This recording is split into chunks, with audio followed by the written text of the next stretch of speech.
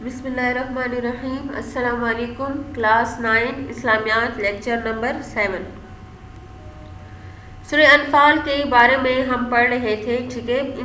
اس سے پچھلے 2 رکوع میں ہم نے مومنین کی صفات، ٹھیک ہے، اور غزوہ بدر میں اللہ تعالیٰ نے مومنوں پر کیا انعامات کیے تھے ان کے بارے میں پڑھا، ٹھیک ہے نا۔ آج جو ہمارا رکوع ہے، رکوع نمبر 3، الدرس الاول جی، آیت نمبر 20 تا 28۔ دیکھیں، بسم اللہ الرحمن الرحیم۔ یا ایھا الذین آمنو، اے ایمان والو، اطیعوا اللہ ورسول، اطاعت کرو اللہ اور اس کے رسول کی، ولا تولوا، اور ان سے نہ پھرو، ان سے منہ مت پھیرو، وانتم تسمعون، جبکہ تم سنتے ہو، ولا تکونوا، اور نہ ہو جاؤ، کالذین، ان لوگوں کی طرح، قالوا، جو کہتے ہیں، سمعنا، ہم نے سن لیا، وہم لا یسمعون، حالانکہ وہ نہیں سنتے۔ اب دیکھیں، ان آیات کریمہ میں مومنوں سے خطاب ہے کہ ان لوگوں کی طرح، یعنی ان منافقوں کی طرح نہ ہو جاؤ جو کہ کہتے ہیں ہم نے سن لیا لیکن انہوں نے نہیں سنا ہوتا۔ وہ ایک کان سے سن کر دوسرے کان سے نکال دیتے ہیں۔ یہ لوگ جو ہے اللہ کی پیغامات کو نہیں سنتے، ٹھیک ہے، سن بھی لے تو اس پر عمل نہیں کرتے۔ یہ لوگ جانوروں کی طرح نہیں، یہ سنتے بھی ہیں، بولتے بھی ہیں، دیکھتے بھی ہیں، پیغام حق جو ہے ان کے کانوں تک پہنچتا بھی ہے، لیکن یہ سب سننے کے باوجود جو ہے ہدایت ان کے دل میں نہیں ہوتی، اور ان کا سننا نہ سننا جو ہوتا ہے وہ برابر ہوتا ہے، ٹھیک ہے۔ اب اگلی آیت میں جو ہے ان شر الدواب، بے شک بدترین جانور، شر کا مطلب ہے برا، اور الدواب کا مطلب ہے کیا ہے، زمین پر رینگنے والے جانور، ٹھیک ہے۔ اب دیکھیں، بدترین جانور، اس سے مراد وہ ہے کہ انسانوں کے مقابلے میں جانوروں کو قوت گویائی اور عقل نہیں دی گئی، انسان کو اس نعمت سے نوازا گیا ہے۔ مراد یہ ہے کہ سب سے بدترین جاندار وہ ہے جس کے عقل سلیم دی گئی، اشرف قرار دیا گیا، اسے زبان کی حیرت انگیز گویائی، بہتر کان اور سمجھنے کے لیے دل و دماغ دیے گئے ہیں، ٹھیک ہے نا، لیکن اس نے یہ قوتیں معطل کر دی، گونگا ہوا، بہرا ہوا، بے شعور اور بے عقل بنا، حق کو سمجھنے کی کوشش نہیں کی، تو ایسا انسان جانوروں سے بھی کیا ہے، بدتر ہے۔ اس سے تو جانور اچھے ہیں جو فطرت کے مطابق چلتے ہیں، ٹھیک ہے نا۔ دیکھیں، ان شر الدواب، بے شک بدترین جانور، عند اللہ، اللہ کے نزدیک، الصم، کیا ہے، بہرے ہیں، البکم، گونگے ہیں، الذین، وہ لوگ، لا یعقلون، جو سمجھتے نہیں ہیں، یعنی سب کچھ ہوتے ہوئے بھی وہ سمجھ کی توفیق نہیں ہوتی ان میں، ٹھیک ہے۔ وَلَوْ عَلِمَ اللَّهُ، اگر اللہ جانتا، فیہم، ان میں، خیرن، کوئی بلائی، لَأَسْمَعَهُمْ، تو ان کو ضرور سنا دیتا۔ اب دیکھیں، اللہ تعالیٰ نے اگر کسی کے دل میں تھوڑی سی بھی ایمان کی جستجو ہو، ایمان کا شوق ہو، تو اللہ تعالیٰ ان کو ہدایت کا راستہ دکھا دیتا ہے، ٹھیک ہے نا۔ وَلَوْ أَسْمَعَهُمْ، اور اگر انہیں سنا دے، اور اگر اس حال میں ان کو سنا دے، لَتَوَلَّوْا، تو وہ ضرور پھر جائیں گے، وَهُمْ مُعْرِضُونَ، اور وہ اعراض کرنے والے ہیں، یعنی منہ پھیرنے والے ہیں۔ یا ایھا الذین آمنو، اے ایمان والو، استجیبوا، قبول کر لو، للہ وللرسول، اللہ اور اس کے رسول کا حکم، ٹھیک ہے، یعنی اللہ اور اس کے رسول کا جب بھی حکم آئے اس کو فوراً قبول کرنا چاہیے، ٹھیک ہے نا۔ کیوں؟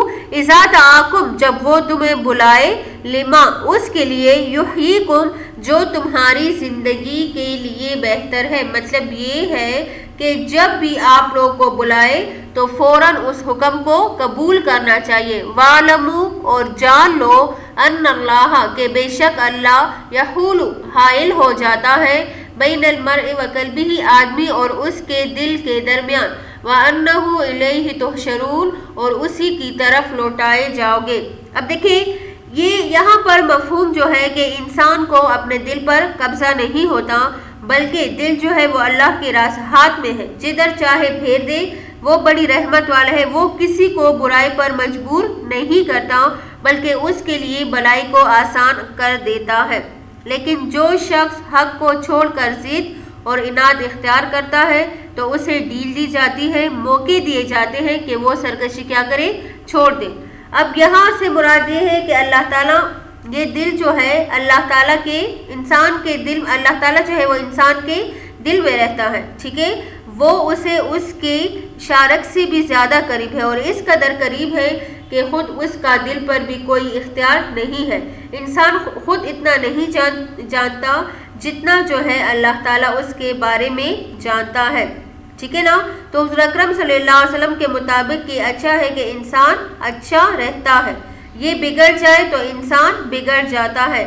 اس لیے ضروری ہے کہ ہم دل کو صالح رہنے دیں، برے کام سے روکے اور نیکی کرنے میں دیر نہ لگائے، کیونکہ شیطان اور برے انسان کو بھٹکانے میں لگے، شیطان جو ہے وہ ہر وقت انسان کو بہکانے میں وہ کیا ہے، لگا ہوا ہے۔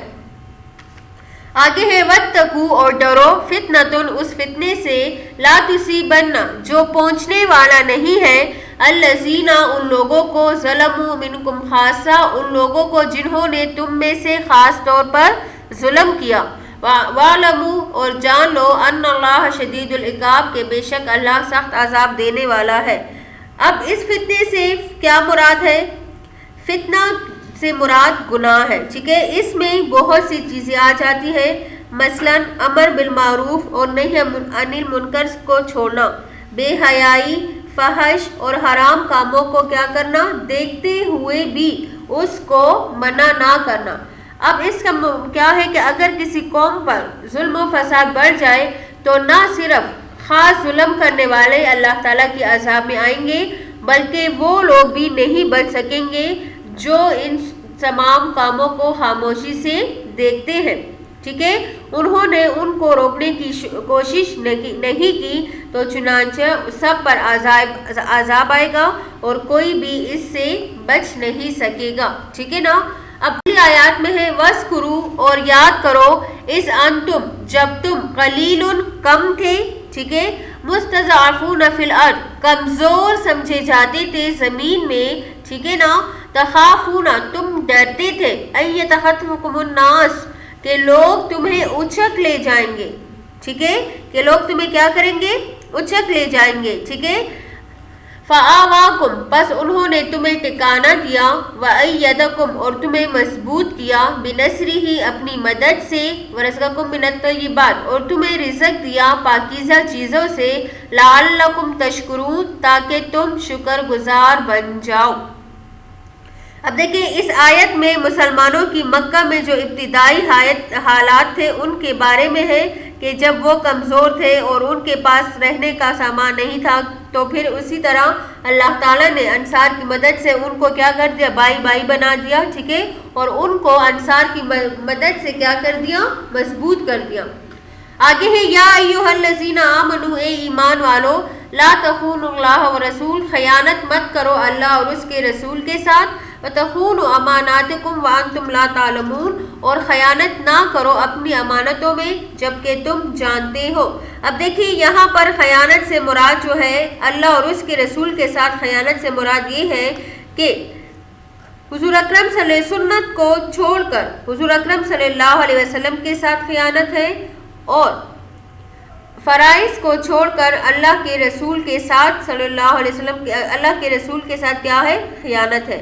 یعنی اس میں جو ہے حقوق اللہ اور حقوق العباد دونوں طرح کی خیانت کے بارے میں بتایا گیا ہے کہ اللہ اور اس کے رسول کے ساتھ بھی خیانت نہ کرو اور مسلمانوں کی امانتوں میں بھی خیانت مت کرو، ٹھیک ہے۔ وَاعْلَمُوا اور جان لو انما اموالکم کہ بے شک تمہارا مال، و اولادکم اور تمہاری اولاد فتنۃ فتنہ ہے، ٹھیک ہے نا، فتنہ کا مطلب آزمائش ہے، وَأَنَّ اللَّهَ اور اللہ کے قریب عِندَهُ أَجْرٌ عَظِيمٌ ان کے لیے بڑا اجر ہے، مطلب جو ان آزمائشوں میں کیا ہوتا ہے، کامیاب ہوتا ہے۔ اب مال جو ہے وہ فتنہ کیوں ہے؟ اگر مال کو جائز طریقے سے حاصل کیا جائے تو یہ خیر کے درجے میں آتا ہے، اور اگر ناجائز طریقے سے اس کو کمایا جائے تو شر اور تباہی کا سبب بنتا ہے، ٹھیک ہے۔ اسی طرح اس کا خرچ کرنا بھی ہے، جائز کاموں میں خرچ کرو تو نیکی ہوگی اور اگر ناجائز کاموں میں خرچ کرو تو بدی ہوگی۔ اولاد فتنہ کیوں ہے؟ اگر کسی نے اولاد کی محبت میں ناجائز طریقے استعمال کیے، ٹھیک ہے، یا ان کی تعلیم و تربیت کا خیال نہیں رکھا، ٹھیک ہے، ان کی بچوں کی خاطر اللہ اور بندوں سے چوری کی، ٹھیک ہے نا، تو اولاد کیا ہو جاتا ہے؟ فتنہ بن جاتا ہے، ٹھیک ہے۔ تو اب اگر کوئی اس آزمائش میں پورا اترے گا تو اللہ تعالیٰ کے نزدیک اس کے لیے کیا ہے؟ بڑا اجر ہے، ٹھیک ہے۔ آج کا رکوع آپ مکمل ہو گیا، ٹھیک ہے نا۔ اس میں کس بارے میں آپ لوگوں نے پڑھا ہے؟ شر الدواب کے بارے میں، ٹھیک ہے، اور وہ فتنہ کہ جو صرف ظالموں کو پہنچنے والا نہیں ہے، ٹھیک ہے۔ اور آگے جو ہے مسلمانوں کے بارے مکہ میں مسلمانوں کے ابتدائی حالات کے بارے میں ہے، پھر خیانت کے بارے میں ہے اور آزمائش کے بارے میں۔ یہ ترجمہ آپ لوگ یاد کر لیجئے گا، ٹھیک ہے، اور اس کے سوالات جو ہے وہ آپ لوگ اپنے نوٹس میں ہی یاد کر لیں، ٹھیک ہے بیٹا۔ والسلام، شکریہ۔